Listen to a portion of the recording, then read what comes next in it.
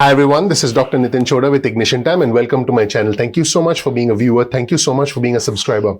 I'm going to ask a very important question today. Could a delayed transition to the next administration negatively impact the chances of stimulus? Can it negatively impact the chances of economic recovery? And by the way, economic recovery is tied to the distribution of the vaccine. You see, having a vaccine is one thing because we know there's a Pfizer vaccine, we know there's a Moderna vaccine, we know there'll probably be other vaccines that are shown to be effective that are going to be emerging. But having a vaccine is one thing, the distribution of the vaccine, so it goes from the manufacturer to individuals who want to take it, making sure it's easily available at your local Walgreens, at your local CVS pharmacy, at your local Rite Aid. That is the important part in the economic recovery. Again, let me be clear. This is not about whether you take the vaccine or not. This is about the wide distribution of the vaccine, which will lead to more economic recovery. And there's a wide consensus about that. In fact, that's why Operation Warp Speed was established, to have the vaccine essentially come about quickly. But now the distribution of the vaccine is essentially going to be left to the next administration. So here's the problem. Jason Furman, who's a former chairman of the Council of Economic Affairs, and he was a former top economic advisor to former President Obama. And he said that there should be nothing ideological or political about the distribution of the vaccine. It's all about effectiveness. It's all about coordination. It's all about competency. And he said there's a lot of information that Biden actually cannot get because it's sitting there with the federal government. He did point out that there can only be one president at a time, even though Biden can't do anything. The access to the information is important. And Jason also talked about how this impacts stimulus. Let's take a look at the first segment with Jason Furman, and I'll let you be the judge. As always, you'll find a link in the description section below to all of our news resources. And I encourage our community to comment below and let me know what you think. Let's take a look at comments today from Jason Furman. Let's roll the tape. The lack of certification or ascertainment of Biden's win, how is that hurting the economy? Yeah, I was on the transition in 2008. I started around 9 a.m. the morning after the election. I was in touch with political officials in the Bush administration, with career civil servants. At the time, for example, the auto industry was on the verge of going bankrupt. We might not have GM or Chrysler today were it not for the daily cooperation that we had with the Bush administration as they were leaving and we were coming in. It's a very serious situation right now. Okay, that puts it in very concrete, stark terms that we can all actually understand. That is something tangible that would have been lost, you're saying, if there were these sort of indefinite, week-long delays. And so if the GSA administrator, this is at the moment, it appears in her hands, if she were to ascertain the Biden as the winner, would that conversely help the economy today? Or are there things that could happen today? Absolutely. And just to understand this, one president at a time. President-elect Biden wouldn't be in charge of anything. He couldn't direct anything. He'd be getting information. But when that information also means, here's what we're planning to do after January, here's how we build a bridge from what's going on now to what we're planning to do. There's nothing ideological, there's nothing political about getting a vaccine to people, about getting economic relief in the hands of Americans. That's a matter of competence, it's a matter of coordination, and it's not happening. I mean, the faster that people get vaccinated, the faster the economy recovers. It's connected. Yeah, no, that's absolutely right. And, he has great people on his team, but there's so much information that they can't get right now because it's sitting there in the federal government. Again, I had the same experience in 2008. We had a lot of ideas, but there were data we didn't have access to. We didn't understand certain government programs. Could this one be scaled up? Could that one be scaled up? As I said, with the auto industry, we were watching their cash balances on a daily basis, worried they'd go below zero and what the consequences would be. Here it's even more serious, with thousands and thousands of Americans dying. Now, I did do another video yesterday talking about all the programs that are expiring at the end of this year. The PEUC program, the 13 weeks of extra state unemployment benefits that are federally funded are going to expire. The PUA program, the program specifically instituted through the CARES Act for self-employed workers, for gig workers, for part-time workers, that's going to go away. Eviction moratorium extensions are going to go away. There's going to be an impact on student loan payments. The problem is there's going to be a huge economic cliff specifically for those who need help the most. I've mentioned this earlier in our videos. This is a K-shaped recovery. Individuals at the top of the K are individuals who have more money, who have more savings, who can work remotely, who have a higher degree of education. They have recovered. But individuals at the bottom of the K, individuals in travel, leisure, entertainment and hospitality, individuals who are low-wage earners with a high school diploma or less, individuals who are primarily African-American, Latino, moms, specifically single moms of young children, they are the ones who are disproportionately impacted the most. So the most vulnerable amongst us are impacted the most. So in the next segment, Jason Furman was specifically asked to talk about what kind of stimulus is necessary. And he said that $2 trillion that was being negotiated in the past in another world, in a different dimension, if you will, between House Speaker Pelosi and U.S. Secretary Stephen Mnuchin was the right number in his opinion. He also said that January will be a very bad month for American families who need assistance and who are losing their purchasing power, because without another stimulus check, without an extension of federal unemployment benefits, I'm talking about the boost on top of state benefits, without all of those things, the economy will see a substantial decline in purchasing power, which is just unbelievable. And he said something that I thought was very important. He said, we don't just need restaurants and movie theaters to open. We need people to be able to afford to eat in those movie theaters and in those restaurants. And I thought that was a big statement. Just having the reopening of the economy is one thing, but having the money actually flowing through the system, every dollar that's put into the unemployment benefit system that's provided to someone who needs help creates $1.61 of gross domestic product, because that money flows through the economy. When you spend, someone else actually has a job because you're spending that money. So he said we need a sufficient economic response so there is enough demand. And he said people need to be able to afford to propel us into a V-shaped recovery. Some fascinating comments from Jason. Now I have to be honest, when I listen to someone like Jason, I see the best approaches from both sides. In the past we've seen the Republicans say no, we don't want too much stimulus.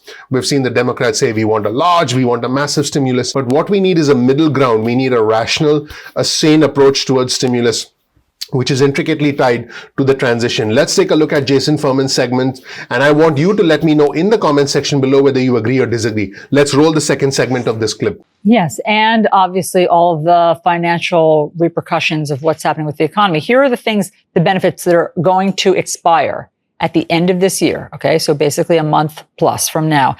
Expanded unemployment benefits, student loan payment pause will expire, paid family leave, and all the eviction protection for people who can't pay their rent right now. So I don't know that if we should have any hope that there'll be any stimulus deal before January 20th. What is the amount of stimulus that the country needs right now? Secretary Mnuchin and Speaker Pelosi were negotiating a deal of nearly $2 trillion in October. I think that's roughly the right number right now. You may ask, how can we afford that? I think, how can we afford not to do that? If you're worried about debt, you can't repay the debt if you don't have an economy to repay that debt. What we did last time was actually successful. The economy got to a better place by September than a lot of experts thought it would. That was because of the CARES Act. But if it all goes away at the end of December, January will be a very bad month for American families who are losing assistance and the American economy, which is losing their purchasing power. Are you someone who believes, as many in the Trump administration do, that there'll be this V-shaped recovery, meaning that there's so much pent-up demand because we haven't been able to go out, we haven't been able to travel, we haven't been able to shop out at malls the way we used to, that there'll be sort of something will just kind of unleash once this is over? I think if we did something like a very substantial relief and stimulus measure, we could come closer to a V-shaped recovery. But to get that V-shaped recovery, you don't just need restaurants and movie theaters to be open. you need people to be able to afford to eat in those restaurants and movie theaters. So you need a vaccine, but you also need a sufficient economic response so that there's enough demand. I think if we had those, we could have it. If we just assume we're going to get the V-shaped recovery, no one will be able to afford to propel us up that V. And in the third segment, Jason said that the highest priority should be getting money into the hands of people who can actually spend it. He said, the unemployment insurance, he talked about nutritional assistance and helping states reopen schools. And he was also asked about what happens if there is no stimulus at all, because at this moment in time, as you know, the Senate is on recess. The Democrats are having a full-scale meltdown.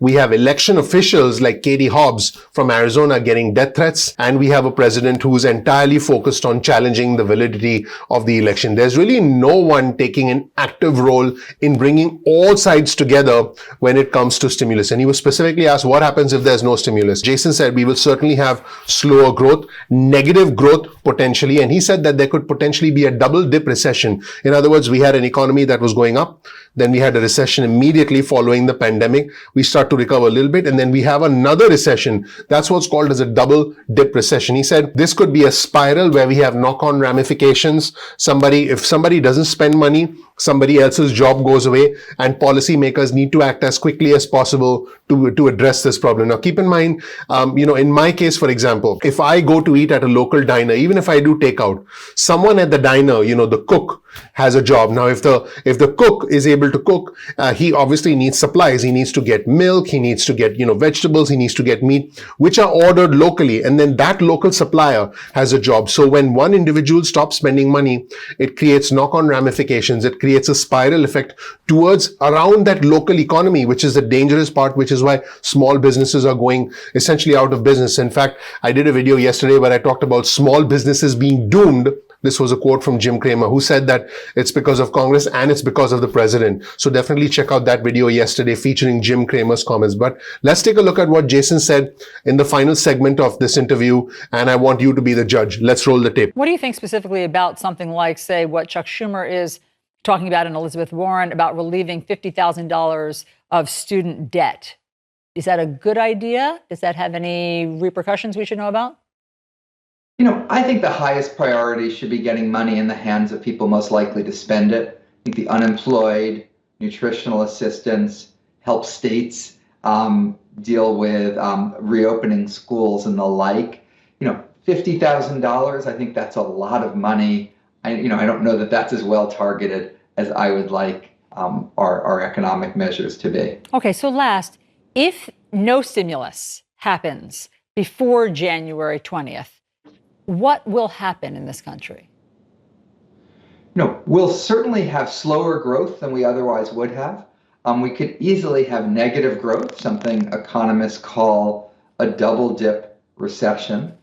And the repercussions won't just be in January and February. The way the economy works is you get, knock-on ramifications. Somebody doesn't spend money, somebody else's job goes away, that person doesn't spend money, and it becomes a spiral. And that's the spiral that policymakers need to act as quickly as possible to address.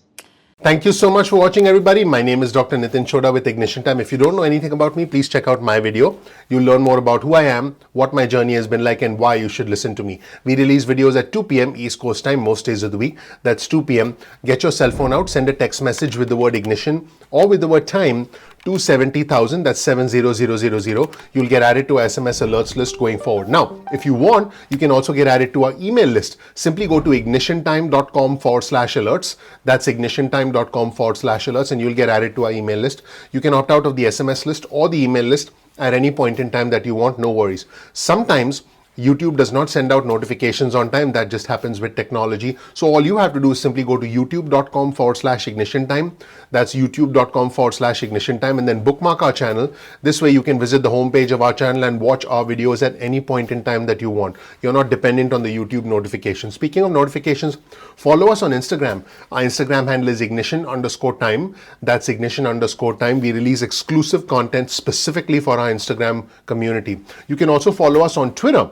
Our Twitter handle is also ignition_time. That's ignition_time. You'll get real-time alerts from us about breaking news that impacts your financial future. The Ignition Time channel is about the country, it's about the economy, and it's about money. So any important news pertaining to the country, the economy, and the money, you can depend on Ignition Time to provide you with that news. If you learn something new from this video, please share this video with friends and family. You'll always find a link to all our resources in the description section below. And as always, please comment below. Our community is growing, our community is respectful, our community is bipartisan, extremely intelligent, and you'll learn a lot from other members of our community. Finally, if you learn something new from this video, please ignite the like button, because the name of our channel is Ignition Time. Please also ignite the subscribe button, and don't forget to enable notifications. That really helps out the YouTube algorithm. We work very hard behind the scenes and we work hard to bring you this information. So all we ask is that you subscribe and you enable notifications. Thank you so much for watching. I'm looking forward to seeing you in the next episode of Ignition Time. Talk to you soon. Bye.